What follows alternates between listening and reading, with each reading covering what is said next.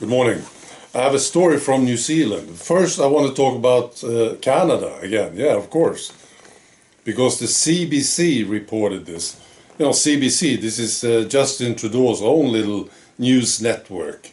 Inspired by China, I'm sure. Yeah.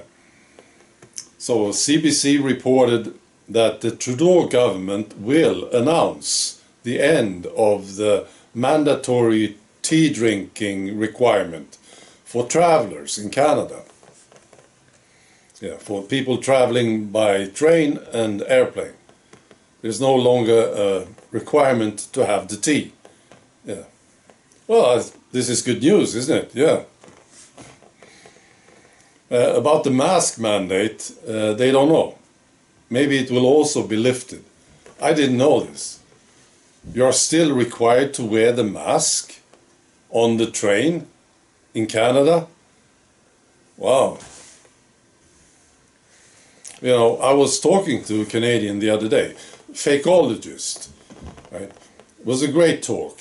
He asked me about Sweden, why Sweden was different. And I said it's the laws.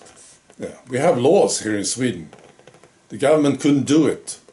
They would be breaking the law, you know. And then I said, I think most countries have similar laws. It's just that the governments, they didn't care, you know. They just ignore the laws. Yeah. And here, this story from New Zealand confirms it. It's about a family. They live on this atoll in Polynesia. Atoll with these corals around them, island. Yeah. And the island, the atoll, the name is Nuku-Nunu, right? And they had no cases, right? And then they were told to take the tea, to drink the tea. You have to drink the tea. And this family said no. The father, Mahelino Patelesio, he said no, we are not having any tea. Then they got a letter from the council, the atoll council, saying that the council was sad that the family didn't comply.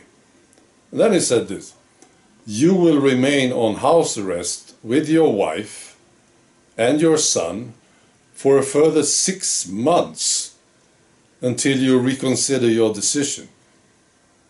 Your daughter will also be on house arrest starting tonight at 10 p.m. You know, this family has been under house arrest for 11 months. Just imagine this. And here's a statement from the father.